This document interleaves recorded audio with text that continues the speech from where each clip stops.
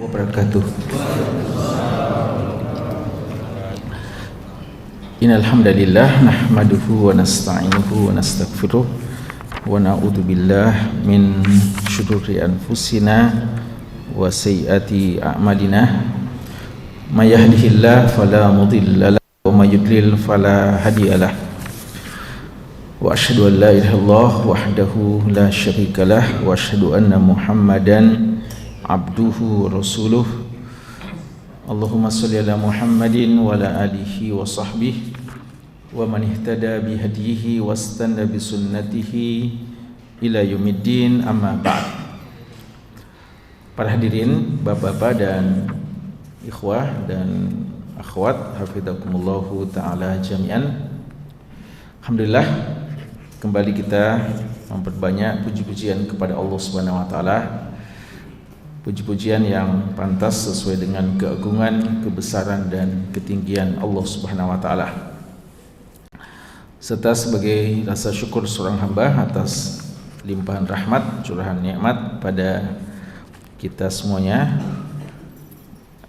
Pada malam hari ini, di malam Ahad, kita sudah memasuki malam Ahad yang terakhir di bulan Rajab 1447 Hijriah. Kita sudah memasuki malam ke-28 di bulan Rajab 1447 Hijriah.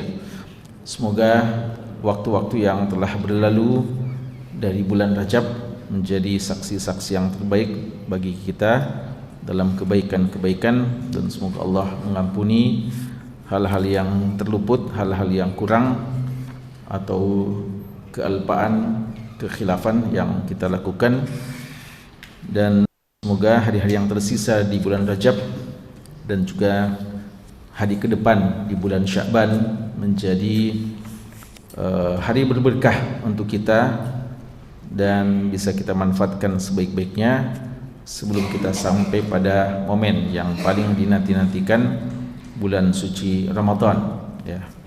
Jadi hitungannya Ramadan sekitar 32 hari lagi, ya, kurang lebih, ya.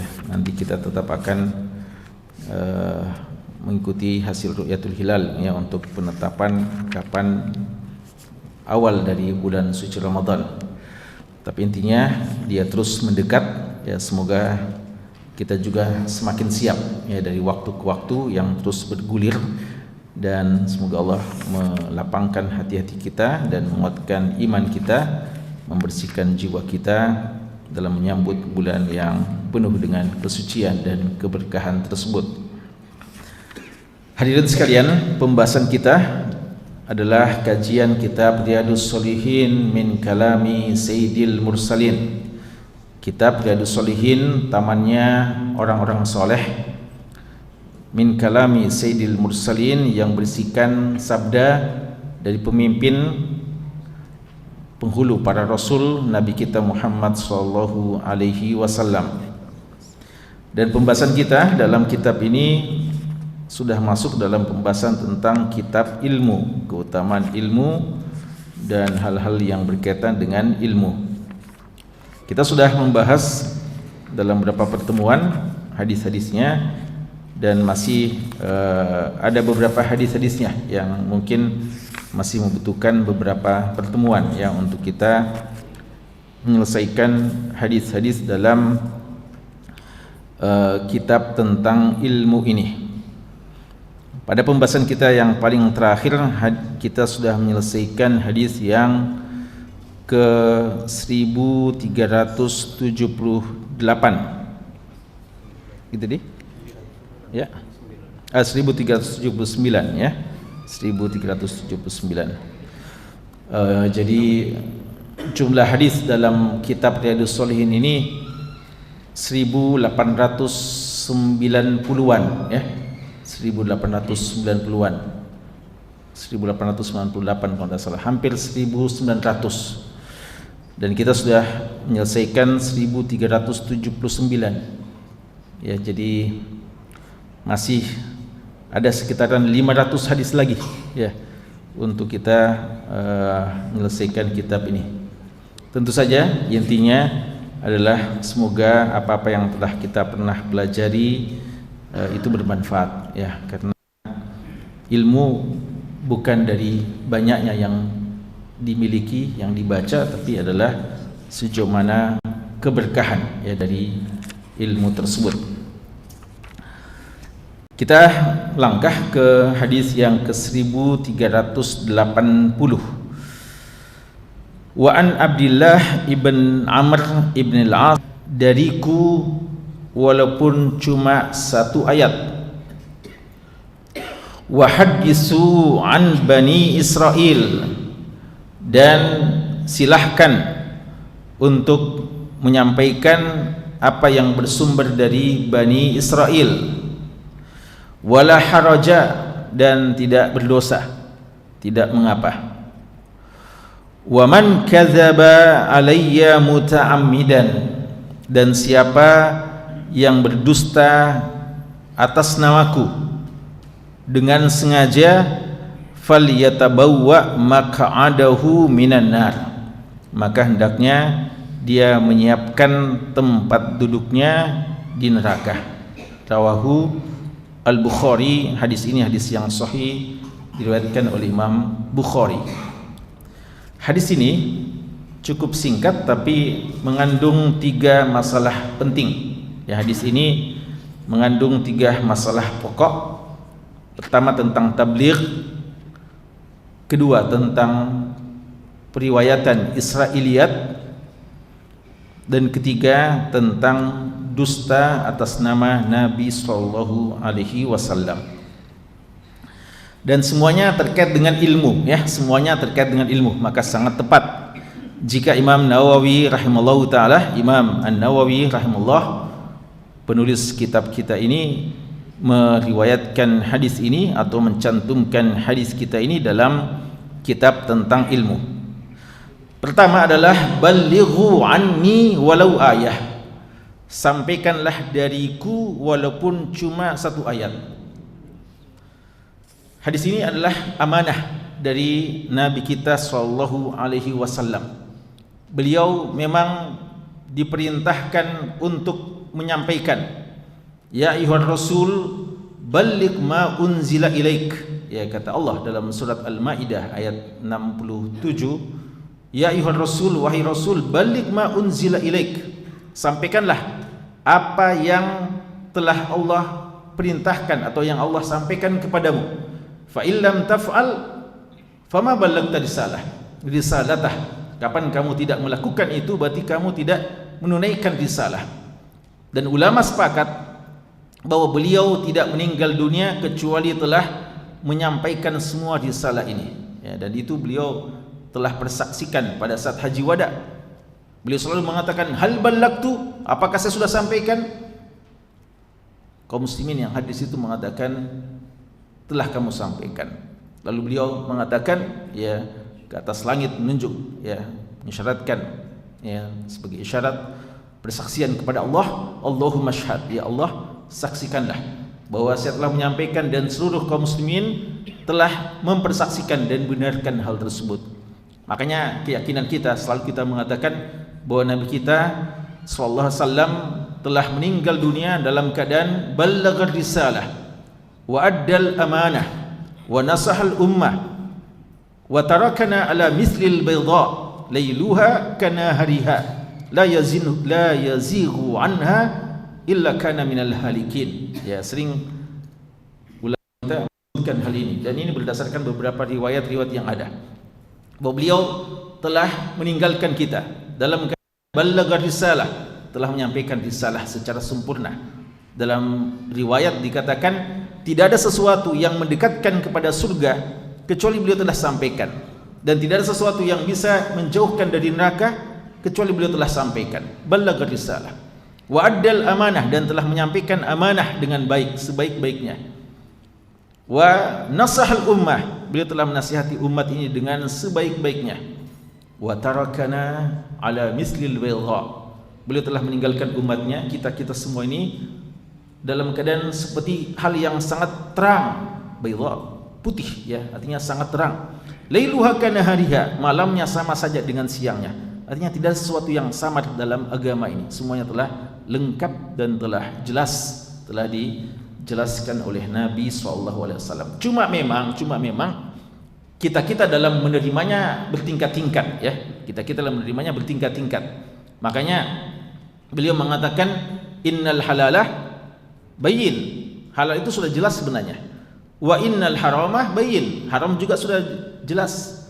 Wa innahuma umurun mushtabihat. Memang ada di antara halal dan haram ini yang syubhat-syubhat. La ya'lamuhunna katsirun minan nas. Tidak semua orang tahu. Tidak tahu. Yang tahu adalah ar-rasikhuna fil ilm, yang mendalam ilmunya. Itu memang perlu, ya. Itulah para ulama-ulama. Tapi intinya tidak ada masalah terpindahkan ke agama yang semua umat tidak mengetahui. Berarti semua umat tidak mengetahui, ada sesuatu yang belum disampaikan secara Nabi sallallahu alaihi wasallam. Pasti saja ada tahuinya. Tidak semua mungkin, ya. Semua memang, karena memang begitu ilmu.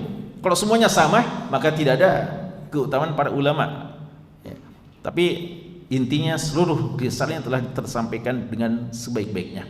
La yazigu anha illa kana minal halikin. Tidak ada yang berpaling dari ajaran beliau kecuali pasti akan binasa.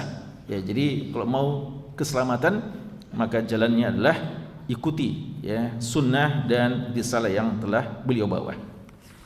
Beliau di antara pesan-pesan beliau, ini amanah, ya. Ini amanah.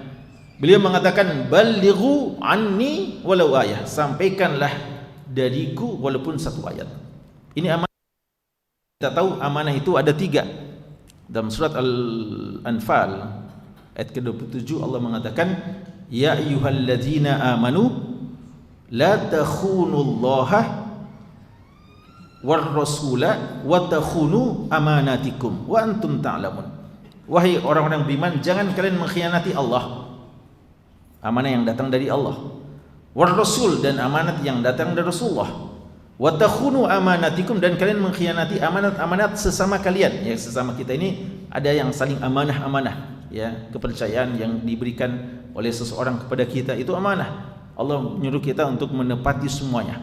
Apa itu amanah dari Rasulullah? Di antara amanah Rasulullah adalah pernyataan ini, balighu anni walau ayah.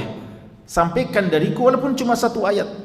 Dan ini sebenarnya adalah dalil bahwa tidak ada di antara kita yang tidak terbebani, ya. Artinya tidak diamanahkan untuk menyampaikan agama ini.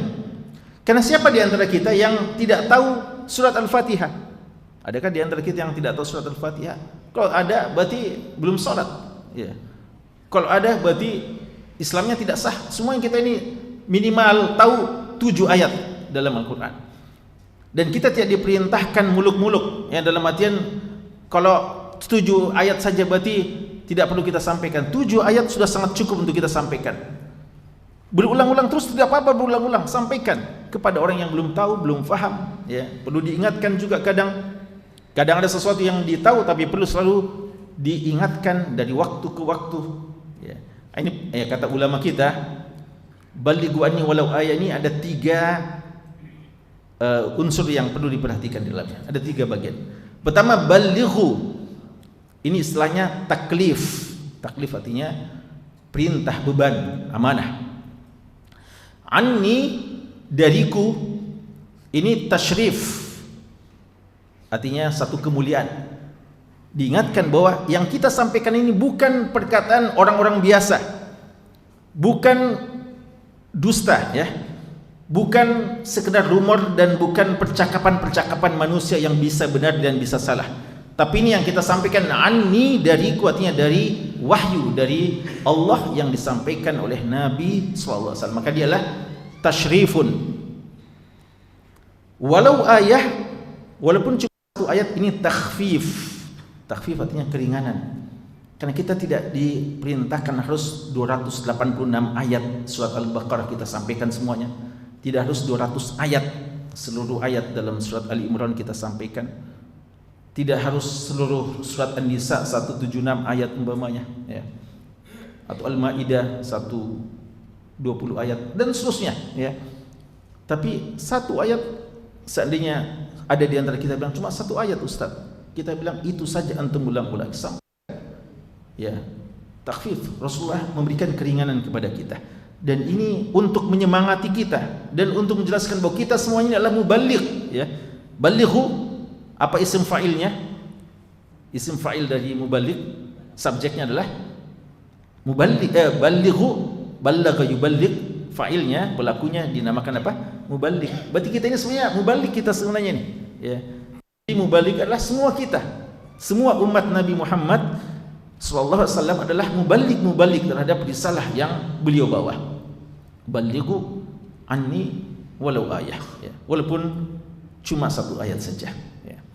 Ini satu amanah, ya, yang datang dari Nabi kita sallallahu alaihi wasallam. Dan ini juga menjelaskan bahwa tidak ada pertentangan antara Quran dan Sunnah. Orang mungkin mengatakan kalau dari Rasulullah berarti apa? Hadis. Beliau tidak mengatakan balighu anni walau hadisan, ya. Beliau tidak bilang sampaikan dariku walaupun apa? Satu hadis. Tapi beliau bilang walaupun satu ayat. Karena memang Quran dan hadis itu sumbernya dari siapa? Dari beliau, ya. Sehingga tidak ada dikotomi antara Quran dan Sunnah. Ya, jangan kita mengatakan saya cuma Quran saja tidak Sunnah, atau Sunnah saya tidak Quran. Semuanya sama. Semuanya adalah wahyu yang datang dari Allah Subhanahu wa taala. Dan Rasulullah telah mengatakan utitu al-Qur'ana wa mislahu ma'ahu. Telah diturunkan kepada saya Al-Qur'an dan yang semisal dengan Al-Qur'an.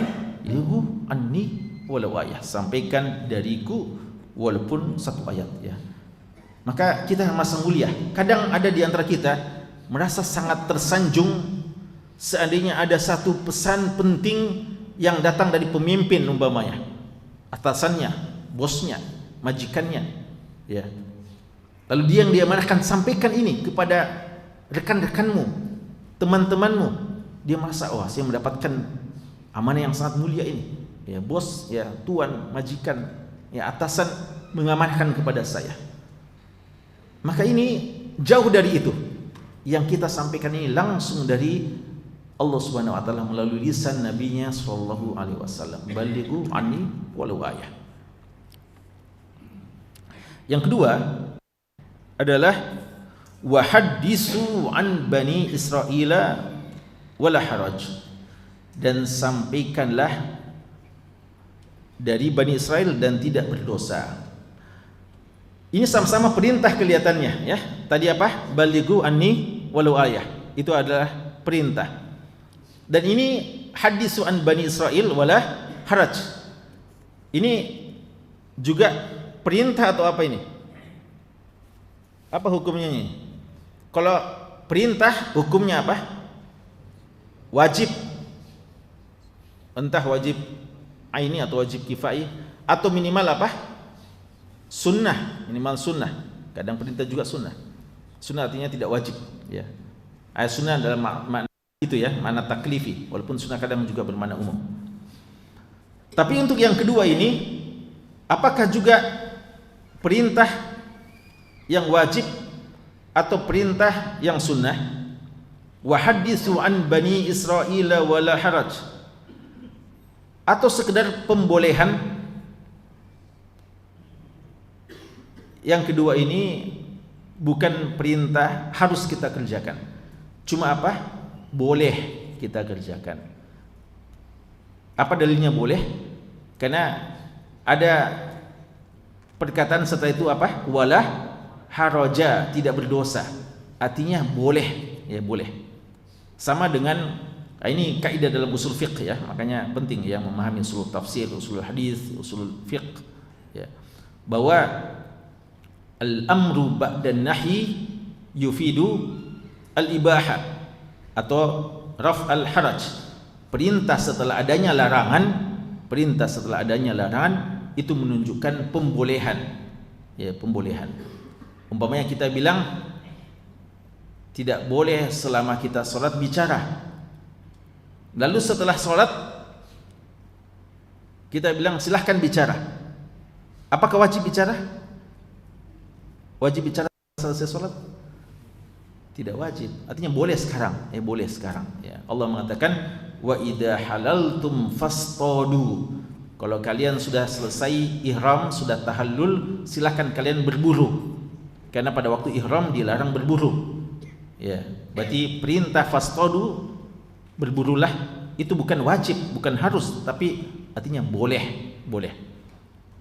Sama dengan perintah untuk menggauli istri kita kalau sudah suci dari haidnya. Itu bukan wajib, tapi boleh, karena waktu masa haid tidak boleh kita gauli istri kita, tidak boleh kita jima istri kita. Tapi setelah suci boleh.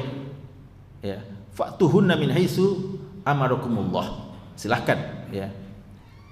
Jadi itu pembolehan. Sama dengan ini, silahkan sampaikan dari Bani Israel tidak berdosa, artinya boleh. Ini dalil tentang bolehnya meriwayatkan apa yang diistilahkan dengan Israiliyat. Israiliyat. Apa itu Israiliyat? Israiliyat adalah kabar-kabar dari Bani Israel, kisah-kisah, hikayat-hikayat dari Bani Israel, yang mana tidak jelas kadang kevalidannya, tidak jelas riwayat-riwayatnya. Karena memang selain umat Islam, umat-umat terdahulu itu tidak punya sanad yang bersambung, ya, karena sanad ini memang kekhususan untuk umat Islam. Umat Islam sebagaimana kata Abu Ali Al-Jayyani dikhususkan pada 3: i'rab, isnad, dan ansab. Cuma umat Islam yang punya itu. Adapun yang lain tidak. Makanya tidak kita dapatkan dalam syariat yang lain, tidak ada itu orang Nasrani punya hadis-hadis Nabi Isa, tidak ada. Tidak ada sanad bersambung sampai kepada Nabi Isa. Tidak ada orang Yahudi punya kumpulan hadis-hadis Nabi Musa, tidak ada. Tidak ada sanadnya itu. Iya. Adapun umat Islam punya sanad yang bersambung. Padahal Nabi Muhammad belakangan sallallahu alaihi wasallam, tapi umat Islam memiliki sanad yang bersambung, yang dengannya diyakini inilah benar sabda Nabi kita sallallahu alaihi wasallam. Adapun Israiliyat, ini kabar-kabar yang mungkin benar dan mungkin salah, mungkin benar dan mungkin salah, karena tidak bisa dipertanggungjawabkan. Dan biasanya Israiliyat itu banyak berita-berita luar biasanya, ya, begini dan begitu, ya, gambarannya kadang luar biasa, dan tidak bisa juga diyakini kebenarannya. Dan di sini dalam sebagian riwayat Nabi kita sallallahu alaihi wasallam mengatakan, la tusaddiquhu wa la tukadzibuhu. Silahkan sampaikan dari Bani Israel, tapi jangan benarkan dan jangan juga dustakan. Artinya selama tidak kita ketahui, maka jangan benarkan, jangan dustakan. Karena itu ulama kita mengatakan Israiliyat itu terbagi 3. Berita-berita Israiliyat itu terbagi 3. Pertama, berita Israiliyat artinya yang datang dari Bani Israel, kisah-kisah dari Yahudi dan sebagainya, itu yang sesuai dengan syariat kita, pas betul sesuai dengan syariat kita. Maka ini kita terima, dan sebenarnya kita terima bukan karena Bani Israilnya, tapi karena sesuai dengan syariat kita. Yang kedua, dia tidak bertentangan juga, ya. Dia tidak bertentangan, artinya tidak ada yang pas dengan syariat kita, tetapi tidak ada juga hal yang langsung dikatakan bertentangan. Yang seperti ini, inilah yang boleh kita sampaikan. Dan yang ketiga, jelas-jelas bertentangan. Ini yang tidak boleh kita sampaikan. Jadi kalau ada kisah-kisah Bani Israil yang bertentangan dengan syariat, maka tidak boleh kita sampaikan.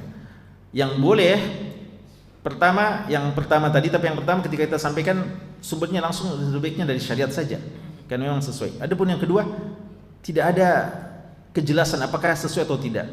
Dan biasanya paling cocok ini umpamanya biasanya contoh-contoh masalah nama-nama, kadang, ya, nama-nama. Jadi kan banyak kisah-kisah Israiliyat itu, ya, umpamanya tentang Nabi Yusuf, dengan kisah Nabi Yusuf, banyak kisah-kisah Nabi Yusuf yang mungkin pernah diceritakan oleh ibu kita, orang tua kita, itu sudah dibumbu-bumbui dengan kisah Israiliyat. Bagaimana caranya kita tahu? Kalau kita baca dalam Al-Quran tidak kita dapatkan, dan dalam hadis tidak disebutkan juga. Berarti itu mungkin Israiliyat. Ya. Contoh umpamanya, siapa nama perempuan pembesar itu? Sama namanya? Zulaikha ya, tulisan besar Zulaikha. Adakah Quran mengatakan Zulaikha? Al-Quran cuma mengatakan Imratul Aziz. Coba lihat hadis, adakah hadis sahih yang menyebutkan Zulaikha? Tidak kita dapatkan. Berarti dari mana itu? Itu Bani Israiliyat. Betul atau salah itu? Tidak ada hadisnya. Tapi tidak ada juga yang mengatakan hadis yang mengatakan bukan Zulaikha. Ya. Berarti di sini boleh kita sampaikan tapi tidak diyakini. Ya, tidak diyakini. Itu juga jangan sampai juga menambah-nambahi. Ya, kan ada juga coba lebih mendramatisir kisahnya. Bagaimana sampai hampir terjadi. Ya, ada tambah-tambahnya. Itu biasanya kalau film-film itu, ya banyak tambah-tambahannya itu, hati-hati. Ya. Jadi memang dibawa ya, supaya kita larut dalam cerita kisah itu. Paling banyak tambahan-tambahan itu. Ya, tidak disebutkan dalam Al-Quran. Ya, tidak disebutkan dalam hadis. Maka jangan kita yakini. Kalau sekedar diriwayatkan boleh-boleh saja tapi tidak boleh diyakini. La tusaddiqu la tukadzibu. Sama dengan kisah Qabil dan Habil. Dalam Al-Quran, watlu alaihim naba ibnai Adam id qarraba qurbana fatuqbila min ahadihima wa lam yutaqabbal min al-akhar. Ceritakan tentang dua anak Adam. Allah cuma mengatakan dua anak Adam. Dari mana itu Qabil dan Habil? Ada hadisnya? Tidak ada juga hadis sahih yang menyebutkan. Tidak ada hadis sahih yang menyebutkan. Berarti dari mana? Itu Israiliyat. Ya. Berarti boleh kita sebutkan tapi jangan yakini. Bilang pasti Qabil dan Habil. Ya. Makanya tidak usah namakan nama anak kita Habil. Ya. Kalau Qabil kan tidak mau ya, karena Qabil yang membunuh ya dalam versinya. Habil. Ya. Tapi kalau ada di sini Habil, ya bukan berarti menyinggung ya, enggak. Tapi maksudnya kurang tepat karena kita juga tidak yakin. Ya, kita tidak yakin. Lebih bagus ya kalau kita mau konsisten dalam disebutkan Ibnu Adam. Kalau antum mau bilang namanya anak itu Ibnu Adam, anaknya Adam yang dibunuh, ya. Tapi juga tidak bau, ya. Jadi Adam saja kalau begitu namanya Adam saja. Adam sudah jelas dalam Al-Quran disebutkan. Ya. Intinya begitu ya. Dan sebagian tafsir itu terpengaruh dengan Israiliyat. Kenapa? Karena ada sahabat Ka'ab al-Ahbar. Ka'ab al-Ahbar ini seorang pemuka Yahudi dulu, ulamanya Yahudi, dan ditakdirkan akhirnya masuk Islam. Dan periwayatan sahabat-sahabat belakangan itu banyak dibumbui dengan Israiliyat dari sumbernya dari beliau. Beliau yang banyak ceritakan tentang bagaimana versi dari Bani Israel. Ya, sehingga riwayat Abdullah bin Abbas kadang mengambil dari Ka'ab al-Ahbar ini. Ya, maka mauqif kita sebagaimana kata Rasulullah, silahkan, tidak mengapa, tapi tidak boleh kita yakini kebenarannya. Ya, tidak boleh kita yakini kebenarannya. Kecuali kalau memang sudah jelas-jelas bertentangan dengan syariat, maka tidak boleh kita mengambilnya. Yang ketiga yang ada dalam hadis ini adalah wa man kadzaba alayya muta'ammida falyatabawwa maq'adahu minan nar. Siapa yang berdusta atas namaku, maka dengan sengaja, maka hendaknya dia siap-siapkan tempat duduknya di neraka. Ini menjelaskan bahwa salah satu dosa yang paling besar adalah berbohong, berdusta atas nama Nabi SAW, karena ancamannya adalah neraka. Rasulullah bilang seakan-akan dia yang sendiri menyiapkan, ya, dia yang menyiapkan tempatnya. Subhanallah. Orang bayangkan kalau orang memang membooking tempat, dia yang siapkan tempat untuk dirinya, tapi di neraka. Sangat beda dengan apa kata Rasulullah tentang kita, umpamanya salat sunat 12 rakaat, salat sunnah. Untuk apa? Bunya lahu baitun fil jannah, disiapkan baginya rumah di surga. Kita ini kan mau pesan sebanyak-banyaknya istana di surga. Ada beberapa amalan-amalan untuk kita punya banyak istana di surga. Kita membangun masjid, ada istana di surga. Ya, kita tabah terhadap kematian anak kita. Ada juga Baitul Hamdi, kita dapatkan istana di surga. Juga orang yang salat 12 rakaat, salat sunat rawatib, itu dapat. Tapi ada juga orang yang bukan mau menyiapkan istana di surga, tapi justru menyiapkan tempat duduknya. Seakan-akan dia sudah membooking tempat di neraka. Waliyadzubillah. Gimana itu? Ketika dia berdusta atas nama Nabi sallallahu alaihi wasallam. Bohong, menyampaikan hadis padahal bukan hadis. Berdusta. Sengaja, apalagi kalau sengaja ya, sengaja. Memang dia ya sebagaimana kalau sengaja itu seperti biasa ada kalau di masa-masa yang lalu itu ada memang musuh-musuh Islam. Musuh-musuh Islam yang memang dia mengatakan saya sudah masukkan ribuan hadis-hadis palsu menghalalkan yang haram dan mengharamkan yang halal. Maka ketika dia mau dieksekusi oleh khalifah, dia bilang biar kamu bunuh saya. Hadis-hadis palsu yang saya sudah buat-buat itu sudah tersebar. Ya. Jadi sia-sia, seakan-akan dia bilang sia-sia bunuh saya. Tapi khalifah bilang tidak apa-apa, kamu dibunuh saja. Ya. Adapun hadis-hadis yang kamu sudah sebarkan, ya isyulahal jahabidah. Ada ulama-ulama kita, ulama-ulama hadis yang bisa menerangkan mana yang palsu dan mana yang sahih. Ya. Bisa diselesaikan oleh mereka. Ya.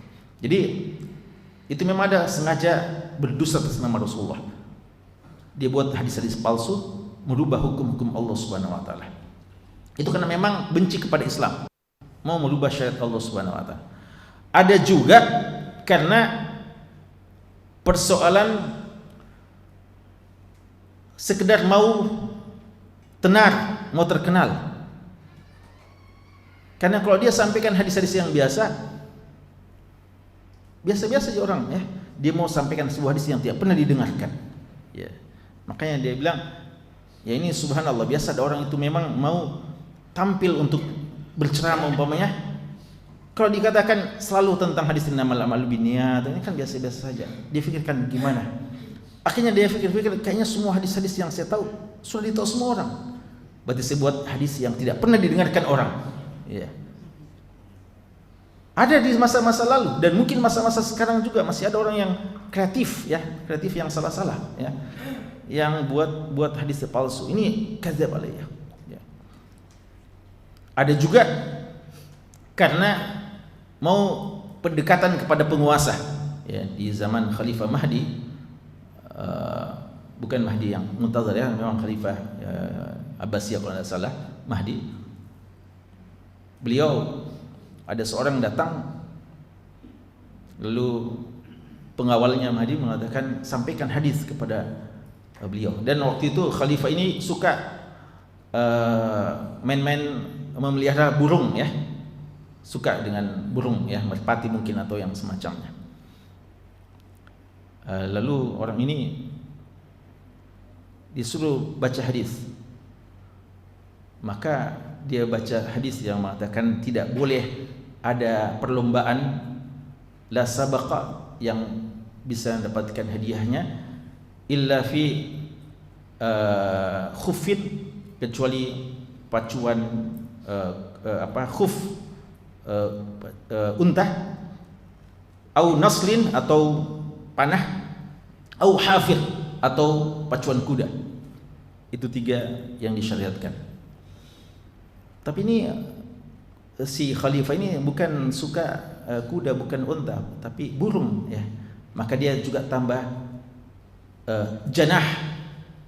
Janah artinya sayap ya, artinya maksudnya perlombaan burung juga ya. Ada hadisnya ya. Paling hadis palsu dia sengaja buat supaya menjilat penguasa ya. Tapi penguasanya ini pintar juga, dia tidak suka penjilat semacam ini ya. Ketika dia tahu ini dibuat-buat hadisnya ini, tidak ada hadisnya ini ya, karena dalam hadis memang 3 aja ya, ini sampai dia tambah. Maka dia justru bilang sembelih ini burung ini ya, saya tidak mau lagi pelihara burung ya. Jadi uqiba binaqili qasdi, lalu dia mengharapkan imbalan dari penguasa, diusir bahkan ya, bahkan mungkin diberikan pelajaran yang berharga untuk dia ya. Jadi memang ada seperti itu ya, buat-buat hadis-hadis palsu untuk kepentingan penguasa ya. Jadi tergantung ya, ini kalau penguasanya baik ya. Kalau penguasanya memang suka dijilat ya, bahkan pesan tolong buatkan si hadis seperti yang macam ini. Itu yang lebih bahaya ya. Ada masa yang lalu dia buat hadis untuk kepentingan melariskan dagangannya. Ya, melariskan dagangannya. Yang paling terkenal terong ya. Ada al-bazinjan lima ukila lahu. Bazinjan itu terong. Kan ada hadis itu ma'u zamzam lima syuriba lahu. Air zam-zam itu tergantung siapa yang meminumnya. Artinya tergantung apa niat kita. Kalau niat kita, kalau mau minum kita doa dulu, ya Allah saya bisa menjadi orang soleh ya. Atau kemudian ya, seperti ulama-ulama dulu biasa kuatkan hafalan saya, atau bisa menjadi seorang yang pintar, atau bisa jadi seorang yang pedagang beras dan terusnya ya. Itu berkahnya air zam-zam. Insyaallah sesuai dengan doa kita. Lima syuriba lahu. Maka dia juga buat hadis yang semacam itu untuk terong, karena dia penjual terong ya. Jadi al-bazinjan, sayur terong itu lima ukil lahu, tergantung pemakannya. Jadi kalau dia makan terong dia niatkan menjadi kaya, insyaallah kaya ya. Dia makan terong niat untuk menjadi seorang yang cerdas, akan cerdas ya. Tergantung ya. Ini palsu ini, tapi ada dalam buku-buku hadis-hadis palsu memang ya. Dan pernah terjadi ada orang semacam itu persaingan. Itu masalahnya kalau sudah ada yang begitu, penjual yang lainnya juga buat itu. Ya, jadi bertambah terus ya hadis-hadis palsu karena saling bersaingan. Jadi kalau dilihat sudah penjual terong sudah orang pada beli. Ini tidak maksud ya, bukan maksudnya kalau ada bagus itu terong ya. Tapi maksud saya kalau buat hadis palsu tidak boleh ya. Tidak boleh. Langsung ada saingan, akhirnya dia juga buat yang sama ya. Supaya itu di antara sebabnya. Ya, di antara sebabnya. Atau ada tadi seperti yang kita sebutkan, karena ini mau hal-hal yang menakjubkan ya. Seperti yang diceritakan oleh sebagian ulama kita, walaupun ini diikhtilafkan, tapi banyak ulama kita yang menyebutkan kisah dari Imam Ahmad dan Imam Yahya bin Ma'in. Imam Yahya bin Ma'in dan Imam Ahmad ini dua imam besar ya. Dua imam jarh wa ta'dil, ahli hadis. Beliau berdua salat di satu tempat, Masjid Rasafah namanya. Dan kebiasaan pada masa lalu ada juga istilahnya qassas ya, tukang nasihat-nasihat juga, tapi cuma cerita-cerita ya, cerita-cerita yang kadang tidak bisa ditanggungjawabkan, bukan hadis-hadis yang sahih. Maka setelah sholat dia berdiri. Dia tidak tahu, yang bilang ada Imam Ahmad dan ada Yahya bin Ma'in ya. Dengan bedanya dia buat hadis palsu ya. Dengan sanadnya dia buat sanad juga. Dan dia mengatakan haddatsani Ahmad bin Hanbal wa Yahya bin Ma'in ya. Saya telah disampaikan hadis ini oleh Yahya bin Ma'in dan Ahmad bin Hanbal. Ahmad bin Hanbal langsung lihat Yahya bin Ma'in. Siapa ini? Yahya bin Ma'in juga lihat Ahmad. Kayaknya tak pernah kita kasih hadis ini ya. Dia sebutkan sanadnya, lalu dia mengatakan barang siapa yang mengatakan la ilaha illallah, kan kalau kita barang siapa mengatakan la ilaha illallah dakhalal jannah ya, hadis-hadis yang terkenal. Tapi bagi orang yang semacam ini kalau biasa-biasa saja yang semua orang sudah tahu, maka dia buat barang siapa yang mengucapkan la ilaha illallah, satu kalimat la ilaha illallah, dia akan diciptakan baginya burung yang paruhnya dari emas, bulunya semua dari permata ya. Jadi memang burung-burung yang aneh ya, bin ajaib ya. Dan tidak ada hadis yang semacam itu. Dia buat-buat sendiri. Orang terkagum-kagum. Ikan memang pintar cerita ya. Setelah selesai dia bawa celengannya ya, bilang siapa ya? Dia atau topinya mungkin biasa bang ya, sumbang ya. Seperti biasa kalau pengamen dianggap sudah menghibur ya, langsung dia. Itu biasa hiburan semacam itu. Lalu Yahya bin Ma'in bilang, ini masalah ini. Sini ya. Dia sangka mau dikasih hadiahnya sama Yahya bin Ma'in. Dia datang. Saya bilang, dari mana kamu dapatkan hadis ini?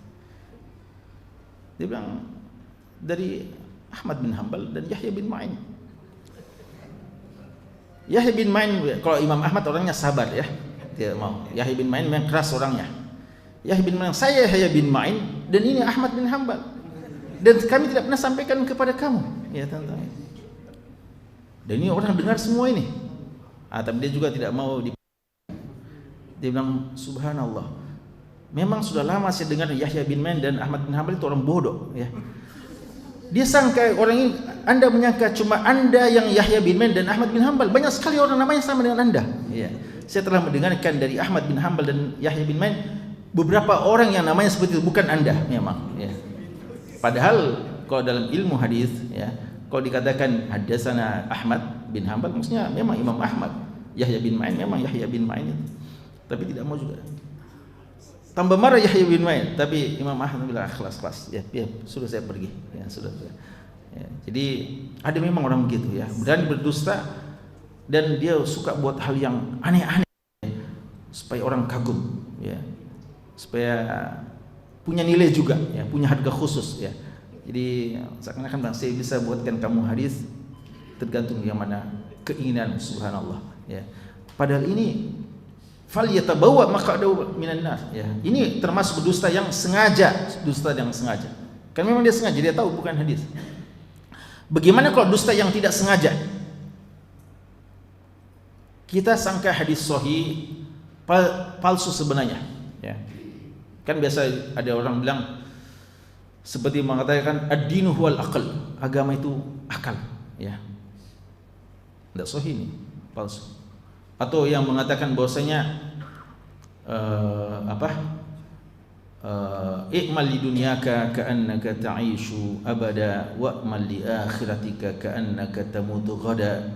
Beramallah untuk duniamu seakan-akan kamu hidup selama-lamanya, beramallah untuk akhiratmu seakan-akan kamu mati besok ya. Atau hubbul watan minal iman umpamanya ya. Dibuat-buat, disangka karena dia sudah sering mendengarkan hadis itu, tapi dia tidak cek, dia sangka dia sahih padahal tidak sahih. Ini tidak sengaja ini. Bagaimana itu?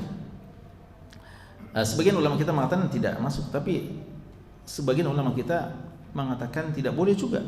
Dia mesti tabayyun, tasabbut, harus dia cek. Apalagi sebagian riwayat mengatakan, riwayat Bukhari juga mengatakan, man yaqul alayya ma lam aqul falyatabawa maq'adahu minan nar. Siapa yang mengatasnamakan atas namaku suatu perkataan padahal saya tidak pernah mengatakannya, Rasulullah tidak mengatakan sengaja atau tidak sengaja, pokoknya dia mengatasnamakan katanya Rasulullah bersabda padahal saya tidak pernah sampaikan, kata Rasulullah falyatabawa maq'adahu minan nar, siap-siapkan tempatnya di neraka. Berarti biar dia tidak sengaja, dia sangka itu sudah bisa terjatuh. Apalagi dalam sebagian hadis riwayat Ibnu Hibban mengatakan, man haddatsa anni yura annahu kadzib fa huwa ahadul kadzibin. Siapa yang menyampaikan dariku, mengatasnamakan aku, yura artinya dia sangka, dia duga-duga, tidak terlalu yakin. Kan biasa hadis gitu. Enggak tahu juga tapi kayaknya banyak yang dia sampaikan. Jadi dia sampaikan ya. Dia tidak yakin. Lalu dia berani sampaikan, fahuwa ahadul kadzibin, maka dia termasuk dari pendusta. Ini konsekuensinya berat ya, konsekuensinya berat. Kalau kata Imam Syafi'i, kalau kita umpama mengatasnamakan dokter ini bilang begini, padahal kita tidak, dokter itu tidak pernah bilang gitu, lalu akhirnya orang berobat atau orang mengambil resep dengan nyangka dokter itu, Imam Syafi'i bilang ini resikonya duniawi saja ya, paling tambah parah sakitnya atau mungkin mati ya. Tapi kalau mengatasnamakan Rasulullah, ini dia dibawa mati, bukan dibawa mati, artinya konsekuensinya sampai akhirat ya, karena kita berdosa atas nama syariat yang hanya bisa ditetapkan oleh Allah dan Rasulnya. Dan di sini ada kata-kata alayya atas namaku. Ada yang memahamikan biasa itu ada beda antara ala dan li. Ala dan li. Apa itu ala? Biasa untuk yang tidak baik, li untuk yang baik. Seperti kita bilang apa? Kita bilang Al-Qur'anu hujjatun laka au alaika. Quran itu bisa menjadi hujjah penolongmu dan bisa menjadi bisa menjadi pembelamu dan bisa menjadi sebab kecelakaan. Kita ad-du'a lahu dan ad-du'a alaihi. Doa lahu artinya doa kebaikan, alaihi doa keburukan. Ada yang memahami di sini berdusta alaiyah berarti berdusta untuk yang tidak baik atas namaku. Adapun berdusta yang baik-baik maka tidak apa-apa. Jadi ada yang bilang ana la agzibu alaihi innama agzibu lahu. Saya tidak berdusta untuk hal yang tidak baik, tapi saya berdusta untuk baik-baik. Maka ada yang buat hadis-hadis palsu dengan niat kebaikan. Nuh bin Abi Maryam atau Maisar bin Abi Rabbih buat hadis palsu tentang keutamaan surat-surat dari Al-Quran, 114 surat. Semuanya dibuatkan keutamannya. Barang siapa membaca Al-Fatihah keutamaan ini, barang siapa membaca surat Al-Baqarah keutamaan ini, surat Al-Imran keutamaan ini, surat An-Nisa, Al-Ma'idah, Al-An'am sampai surat An-Nas. Semuanya ada keutamaannya. Padahal tidak semua Al-Quran punya keutamaan, tapi tidak semua ada hadis khususnya yang menyebutkan keutamaannya. Maka ketahuan tersebar hadis-hadis tentang keutamaan semua surat. Dipanggil ini orang, dia dipanggil, ditanya, diakui bahwasanya dia buat-buat. Tapi langsung ditanya, kenapa buat-buat seperti itu? Dia bilang, saya melihat orang-orang ini sudah tersibukkan dengan fikihnya Imam Abu Hanifah. Orang terlalu sibuk belajar fikih, lalu melupakan Al-Quran. Maka saya mau mengajak orang lagi untuk lebih dekat kepada Al-Quran daripada buku-buku yang lain. Padahal buku ya fikih Abu Hanifah bagus juga, tapi kalau membuat orang jauh dari Al-Quran, maka saya supaya memotivasi mereka agar rajin lagi baca Al-Quran, saya buatkan keutamaan surat-surat dari Al-Quran supaya orang rajin lagi baca Al-Quran. Bagus niatnya? Bagus niatnya, tapi salah caranya. Ya. Kalau ditanya kenapa, dia bilang agzibu lahu, saya berdusta untuk kebaikannya, artinya untuk kebaikan syariat, agar orang termotivasi akan syariat. Tapi tidak boleh yang semacam ini. Ya, jadi semuanya tidak dibolehkan. Maka ini menjelaskan tentang pentingnya ilmu, ya, bahwa sebagaimana Al-Quran kita tidak boleh berdusta atas nama Allah. Ya, Allah mengatakan innal ladzina Allah Subhanahu wa taala mengatakan wala taqulu lima tasifu alsinatukumul kadzib hada halalun wa hada haram litaftaru 'ala Allahil kadzib innal ladzina yaftaruna 'ala Allahil kadzib la yuflihun. Orang yang berdusta atas nama Allah tidak akan beruntung. Mataun qalil, kesenangan yang sementara mungkin dia dapatkan, ya, tapi akan dimasukkan ke dalam neraka atau kecelakaan yang sangat besar. Maka dusta atas nama Allah dan dusta atas nama Rasulullah tidak dibolehkan. Dusta atas nama manusia yang lain saya tidak boleh, apalagi dusta atas nama Allah dan Rasulnya. Maka ini menjelaskan tentang pentingnya berilmu, pentingnya menuntut ilmu, ya, dan termasuk pentingnya memahami hadis-hadis Nabi sallallahu alaihi wasallam agar kita bisa memilah mana benar sabda Rasulullah dan mana sebenarnya yang bukan sabda beliau yang disangkakan bahwa dia adalah sabda dari Nabi sallallahu alaihi wasallam.